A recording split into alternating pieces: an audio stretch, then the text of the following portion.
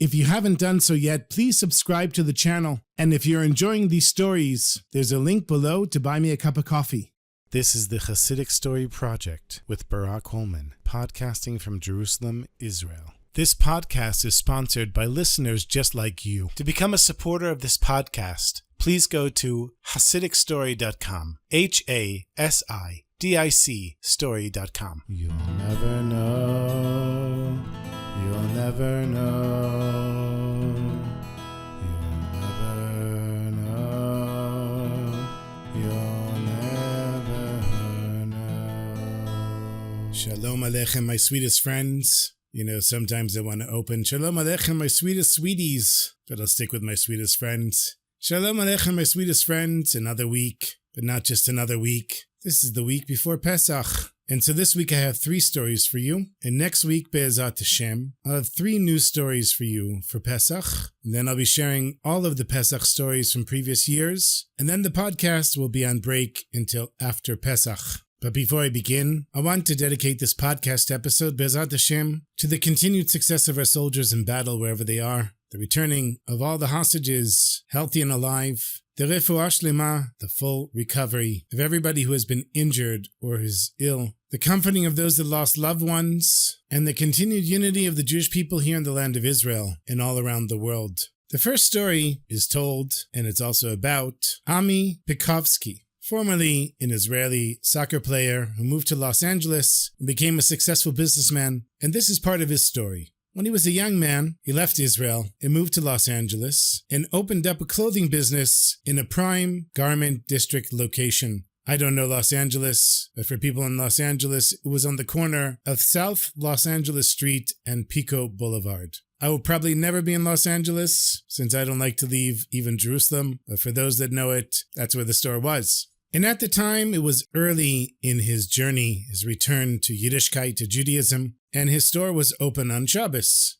And of course, Saturday was a prime shopping day, and he would make between $5,000, $15,000 on that Saturday, and it was a major portion of his weekly sales. So this is what it is, my friends, when a person stands at a crossroads. Here we have a Jew whose neshama was awakening, but before him stood a mountain that at the time seemed impossible to climb. As much as Ammy wanted to keep Shabbos and to close the store, he did a calculation that were his store to be closed, he would lose between $20,000 and $60,000 a month. And so he couldn't bring himself to do it. But he wanted to keep Shabbos, so he had an idea. He would close the store on Saturday, but he would stay open late on Friday nights. And this was his compromise, half for Hashem and half for him. But Hashem wants our whole heart, not just half of it. And when Ammy wrote to the Lubavitcher Rebbe about his decision to close on Saturday, he didn't mention anything about Friday night. And the Rebbe wrote him back, and he suggested that Ammy start from before sunset. And great is your merit to joyously spread Judaism. And he underlined the word joyously. And the Rebbe also enclosed $18 and wrote that Ammy should give them to charity locally. There was a bill of 10, 5, 2, and a bill of 1. Now it was clear to Ammy the business would be closed the entire Shabbos, including Friday night. But in order to do so, Ammy had to break the lease with his landlord because it was specifically written in the lease that the store had to be open on Friday and Saturday. You see, this was a huge area that spread out over an entire city block, and the cost of canceling a 10-year lease was enormous. He went to his friends and asked them to buy the lease from him, but nobody wanted to do it. And realizing that he had no choice, there was no way the store was going to stay open on Shabbos, he was going to go to the landlord and to say he was breaking the lease. And you know what happened next, my sweetest friends? Mamish, a miracle. When Ammy went into the landlord's office, he was told that the landlord wasn't there. So he went back to his store, and when he gets there, he sees a businessman who he'd never met before, walking into the store and asking to buy the property. And Ammy said, "I'm sorry, I don't own it, I just lease it. You're going to have to talk to the landlord." And the man said, "I already spoke to the landlord, and he's willing to sell, but he said that you hold the lease, and that's why I'm here, to buy you out." So, being a businessman, Ammy started thinking hard about how much money to ask for breaking the contract, and he realized that he had real leverage because the guy wanted to buy the building. But before he even said a word, the businessman offered an amount that was much higher than Ammy would have even dared to ask. They signed the agreement, and Ammy evacuated the store. Now listen to this, my sweetest friends. With the money that Ammy received for breaking the lease, he bought a building and set up a clothing factory, something that he never would have dreamed he could do. In the normal course of events, he'd have to work for decades in order to do such a thing. And he realized that the Rebbe had shortened the way for him. By giving him no choice but to keep Shabbos, he merited to get much more than he ever would had he continued to work on Shabbos. And Ammy's success continued even after keeping Shabbos. He had been given an offer to open a chain of stores called Indian Head in Los Angeles, but he realized that if he was involved in retail, he would have to work on Shabbos. And so he decided instead to invest in manufacturing clothing, and he thought to sell his clothing line to Macy's. So he arranged to see the buyer at Macy's, and she expected to see dozens of styles, as was expected from the companies that do business with them. But Ammy came with just one style, and she wasn't used to this, but she was very impressed. And she decided that because he had the guts to come to them with just one style, she had a feeling that this was a good idea, and she wanted to work with him and placed an order for $25,000. And that was the first time that Ammy had worked with a company on that scale. And of course, he was very excited. But when the clothing came from the dyeing process, he was devastated because they had mixed up the colors and every pair of pants came out in a different color. When Ammy saw this, he started crying. He was sure that he'd lost all of his money. And at the time, he wasn't as successful as he was in the future. So losing all of that was really devastating for him. And also, he would lose the opportunity to work with a store like Macy's. He didn't know what to do. And so he figured he had nothing to lose. If they're going to cancel the contract, they'll cancel the contract. He's going to send them the merchandise, and then he's going to leave the office for 2 weeks because he was scared of the phone calls he was going to get. And sure enough, when he got back, there were dozens of messages from Macy's on his answering machine. And the phone rang just as he came into the office. And it was the Macy's representative on the phone. And she said, "I've been looking for you for 2 weeks. Your pants were so successful that we sold out." You see, my sweetest friends, when we trust in Hashem and we know that we're doing the right thing, like closing our store for Shabbos, even what seems like our biggest mistakes can sometimes turn into our greatest blessings. So as I mentioned, Ammy was a soccer player, a professional soccer player in his youth. And over the years, he used his connections with friends in the soccer world to spread Yiddishkeit. And on one of his visits to Israel, he met with his former soccer trainer, David Schweitzer, with whom he was very close. And David jokingly said to him, "Who's going to plead on his behalf when he gets up to the heavenly court after being in this world for 120 years? And Ammy jokingly said to him, "When you get up there, David, you just tell them that you're Picovski's friend, and don't worry, they'll take care of you." The next day, Ammy got a phone call from a friend who told him that David had passed away. And he was totally shocked, of course. And then he thought, how am I going to keep my promise to David from the day before he died? And he decided to write a Sefer Torah in David's name, in his chut, in his merit. And when the Torah was completed, except for the last few rows of the letters, they brought it to the Chabad Yeshiva in Ramat Aviv, and they wrote the last letters on the soccer field where David Schweitzer had served as a trainer. And they invited the chief Ashkenazi rabbi at the time, Rabbi Yisrael Meir Lau, to attend the event. And he told Ammy that he had attended hundreds of events like this in his lifetime, but never experienced anything as moving as this. With the soccer players on the field in uniform, together with Jews from all kinds of backgrounds, writing in the letters of a Sefer Torah here in the land of Israel. On one of Ammy's business trips to the Far East, he spent Shabbat at Chabad in Bangkok, Thailand, with one of the Rebbe Shluchim, Rabbi Nehemiah Wilhelm. And at the Shabbos meal, where there were a few dozen young people there, Ammy announced that any man that wanted to put on tefillin, he would give them tefillin as a gift, as long as they promised to put them on regularly. And there was a young Israeli who sat there, wearing the red robes of the local idol worshippers, looking like a Thai monk, and he raised his hand, and he said that he will commit to put on tefillin every day. Ammy never expected to hear him say that, but he kept his word and sent tefillin to this young man. And 2 years later, Ammy was visiting in Israel, and he spent the day studying in the Chabad Yeshiva in Ramat Aviv, and a young man approached him and asked him if he recognized him. And Ammy said, "I'm sorry, my friend, I don't think we know one another." But the young man said, we do. And then he brought his tefillin and said he was the Thai monk from Thailand, who Ammy had given him tefillin and now he was studying full-time in yeshiva. You see, my sweetest friends, that's why I opened the podcast with You'll Never Know. Because you'll never know how one small act of kindness, one moment of connection can transform a person's entire life. And you'll never know when a person decides to close his store on Shabbos, how far the blessings can go, not just for themselves personally, but for all of the people that they touch. May Hashem bless us, my friends, to have a ripple effect that sends our holy divine energy outwards to everyone that needs it and wants it. Shomer, Shomer Yisrael, Shemo Sherit Yisrael, Yan Yovan Yisrael, Yan Yovan Yisrael, Yan Yovan.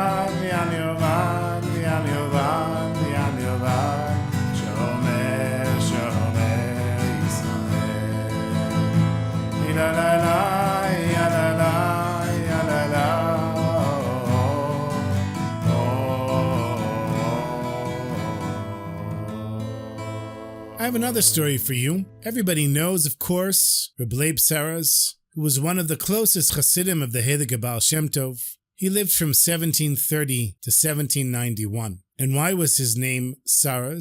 Because he was called after his mother, whose name, of course, was Sarah. And she was an exceptional tzaddiket. It said that when Sarah was pregnant with Reb Labe, she once encountered the Baal Shem Tov, who blessed the unborn child, saying that the soul of this child will illuminate the world. And of course, Reb Labe became known for being a great mikubal, his powerful prayers, and his ability to do miracles through his davening. And he was considered part of the inner circle of the Baal Shem Tov students, the Chevraya Kadisha, the holy circle of brotherly friends, who received the deepest teachings of Chassidus directly from the Holy Master himself. Now this great tzaddik, Reb Labe Sarah, he always wanted to live in the Holy Land. And after years of personal struggle, wandering, working on himself, bringing himself to the highest spiritual place he could, his deepest desire was to settle in the Holy Land, because he knew that he would be able to reach spiritual heights that would be unreachable anywhere else in the world. And of course, Moshe Rabbeinu, the same thing. And you have to understand, my friends, what it means when a tzaddik like Reb Labe yearned for the Holy Land. It wasn't just that he wanted to live here. It was that his neshama was pulling him to the place where heaven and earth kiss, where every step is a prayer, and where the very air of the land of Israel makes a person wise. And even though he was a well-known tzaddik and Rebbe himself, he also was a chassid. And so, before he was going to move to the land of Israel, he went to his Rebbe, the Heilige Baal Shem Tov, to ask for permission and a blessing for the trip. The Baal Shem Tov, of course, lived from 1698 to 1760. So he goes into the Baal Shem Tov's room, and he says, Rebbe, I want to ask your permission to settle in the Holy Land, which is what my heart and soul desire. But to his surprise, the Rebbe said no. And the next year, Reb Labe Sarah went again to the Baal Shem Tov. And again, the Baal Shem Tov said no, without even an explanation. This repeated itself year after year for many years. And every time, Reb Labe Sarah was deeply disappointed. And this is what happens sometimes, my sweetest friends, on our spiritual journey. We think we know the path that we're supposed to take. But when we have a Rebbe, the Rebbe can see something deeper that we can't grasp. And so one year, Reb Labe Sarah decided he wasn't going to go to the Baal Shem Tov at all. He just wasn't going to ask. He wanted to travel and live and settle in the Holy Land, and it was so strong, nothing could deny it. And so, Reb Labe Sarah sat down with his wife and children and discussed with them the idea of moving to the Holy Land, where he could perfect his soul in the service of Hashem. And his wife and children agreed, and it was decided that they would go. They wasted no time. They sold everything they had, except for the barest necessities. And then they took all of this money and bought tickets for himself, his wife, and his children for the long journey to the land of Israel. Now, you know, of course, in those days, people would travel by land to Turkey, and then from Turkey, they would take a boat to the Holy Land. And so everything was packed up, and they had 2 wagons, and Reb Labe Sarah and his family were traveling through Russia towards Turkey to take a ship to the Holy Land. And of course, it was a slow and difficult journey. and they had to make many stops in small towns and villages on the way. And one day, they came to a small town and noticed that there was some excitement in the Jewish community. And Reb Labe Sarah, as he said, "What's going on?" And he was shocked when he heard their reply, because none other than the famous Baal Shem Tov was unexpectedly visiting their town. The people were so excited to have such a great tzaddik, and that was all the commotion in the town. Now listen to this, my sweetest friends, because it's so beautiful. Sometimes when we try to run away from our destiny, Hashem has a way of bringing us face to face with exactly what we're trying to avoid. Reb Labe Sarah was now totally overwhelmed by his own dilemma. At first he thought he's just not going to see the Baal Shem Tov. Then he won't have to be embarrassed by disobeying the Rebbe, and he can continue to the Holy Land.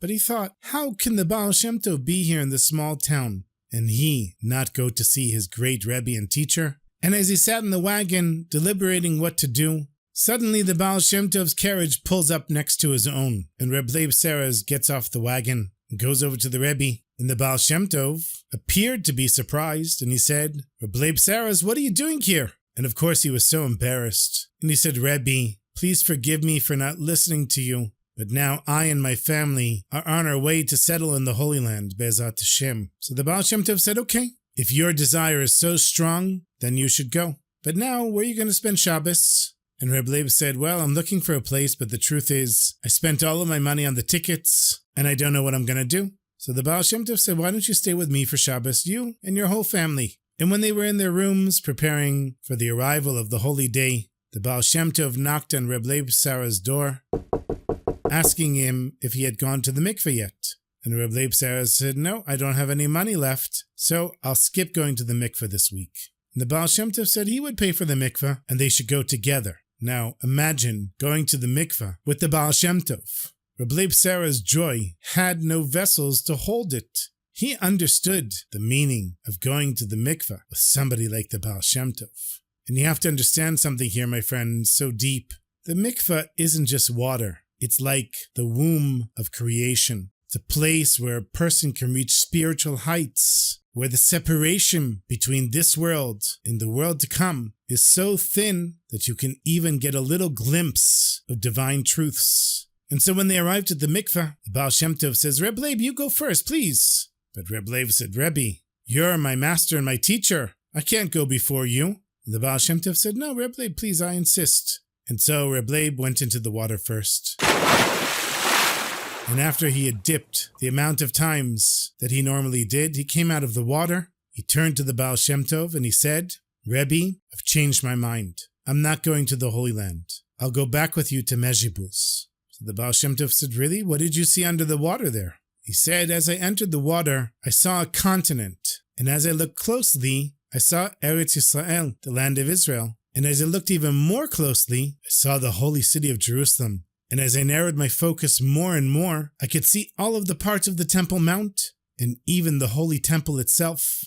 And then I looked inside, and I saw the Holy of Holies. And I strained my eyes as hard as I could, but I couldn't see the holy ark, the tablets of the law, or the divine presence. I was very upset, and I cried out, 'Where are the luchot? Where is the Shekhinah?' And then a heavenly voice answered me, and it said, 'Reb Labe, what you're looking for is no longer in Jerusalem. It's in Mezhibuz. And therefore, Rebbe, I'm following you back to Mezhibuz to fulfill my divine service. In order to reach my fullest potential, I have to remain here with you.'" You know, there were many people that went to the Lubavitcher Rebbe and asked to move to the land of Israel, and he told them no. And his reasoning was that who would replace you in your community? Because of course it was normally the people that were most active that wanted to move here. And the Rebbe knew in order to fulfill their fullest potential, they had to continue their community service. And of course that was the path that the Rebbe took himself. Because the Rebbe could have moved to Jerusalem. For all I know, he could have brought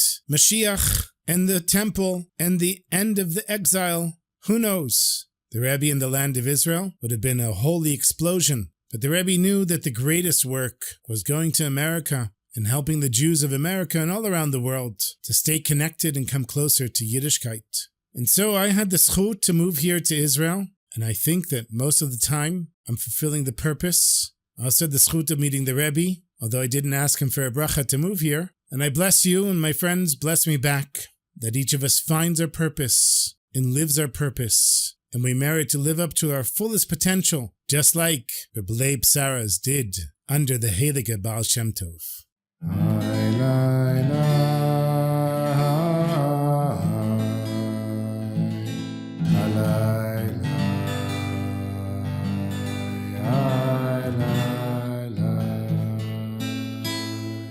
I have one more story for you, and I'm going to share something in the background here. I actually had a fourth story that I prepared, but I told myself this is getting out of control. I just love telling these stories, so I'm like, I got to tell another one and another one and another one. But I do have a job and many other things going on the side, and so 3 stories. And here's the third one. This story takes place in the city of Sanszer in Poland, where the great Tzaddik Reb Chaim Halberstam was the rabbi. Now, of course, he was the Sanszer Rebbe, known as the Divrei Chaim after his Torah commentary. And he lived from 1793 to 1876, and he wasn't just a great scholar and Rebbe. He was famous throughout all of Galicia for his extraordinary generosity. Each week, he would personally distribute large sums of tzedakah to the poor and needy in his community. And he didn't just see this as giving tzedakah. He saw this as his holy work in serving Hashem. Because, of course, he could have just given it to his gabbai and gone back to learning. But the Rebbe wanted to be involved in this with his own holy hand.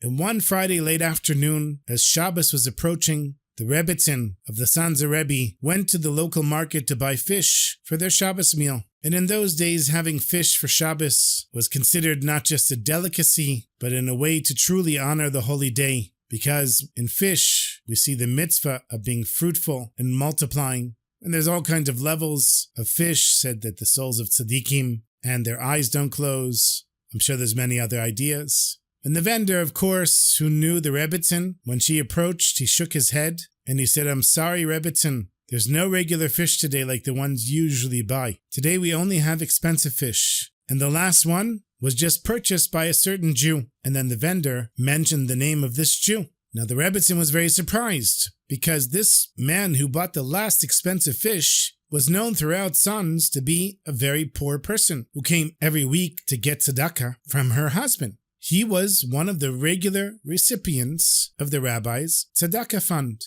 Now you have to understand, my friends, in those days, the difference between regular fish and a fine fish could be a significant portion of what a poor person had every week. And to spend so much money on a single Shabbos meal seemed very extravagant to someone who needed the community to support them financially. And so when the Rebbitzin returned home, before she lit the candles, she told her husband what had happened in the market. And she said, with genuine concern, "That Jew doesn't seem to need the charity you give him if he's willing to allow himself to spend so much money on expensive fish." And now listen to this, my sweetest friends, because this is so beautiful. The Holy Rebbe of Sanszer, he didn't respond with judgment or suspicion. Instead, his eyes lit up, and he said, "I didn't know he needed such fine food." And then he immediately called his gabbai, his assistant, and ordered that that poor man's weekly allowance be increased. Do you understand this, my friends? Someone else would have been quick to judge the poor man for misusing charity funds on what appeared as luxury. But Rabbi Chaim of Sanszer, he saw something completely different. He recognized that for this Jew, honoring Shabbos with the finest fish is not a luxury, but a spiritual necessity, a way of bringing the divine joy of the day into the physical. The Baal Shem Tov taught that sometimes a person's physical hunger is actually their soul's hunger for connection with Hashem, and that's how the Sanszer Rebbe saw this. The poor man's desire for an expensive fish wasn't about indulgence. It was about the simcha, the joy of Shabbos, which in itself is a form of divine service. And so Reb Chaim of Sanszer didn't judge the man for buying expensive fish, but he recognized that people have different needs, even beyond basic survival. True tzedakah is not about giving the bare minimum, but allowing the person that receives it to maintain their dignity and joy. And I'll add something else, my friends. We're told that we have to increase in delicacies on Shabbos. It is true that you're not supposed to go so overboard, but should you buy one thing like that, like the fish, trust that Hashem will send it back. My wife and I have hosted so many Shabbos meals with a table full of guests when it comes Wednesday or Thursday, I literally have zero money in my bank account to buy the food for Shabbos. And I'll put it on my credit card, and then I'll say, Hashem, now it's your job to pay off the credit card. And every time, eventually, he does. You see, my friends, this story teaches us something so profound about how we look at others. Divine providence, Hashgacha Pratit, arranged for the Rebbitzin to discover this man's purchase, not so that he would get less tzedakah, but on the contrary, so that it would be increased. This is what it means when our sages of blessed memory teach us that Ribono Shel Olam, the Master of the Universe, judges us as we judge others. May we merit to have eyes like the holy Sanszer Rebbe that see beyond judgment to the holy neshama within each person and recognize that true giving isn't measured by just sustaining a person, but what brings them life with sweetness and dignity. May we all merit to be the ones that give and not have to receive, but if we receive, to know that you're also doing a mitzvah by receiving. How many times do our Shabbos guests say to us, wow, such good food and such a beautiful meal? And I tell them, if you weren't here, the food might be good, but we wouldn't have a beautiful meal, because of course it's the guests that make Shabbos. May we merit, my friends, to always have the light of Shabbos. Ay, la, la, la, ay, la, la, la, ay, la, la, la.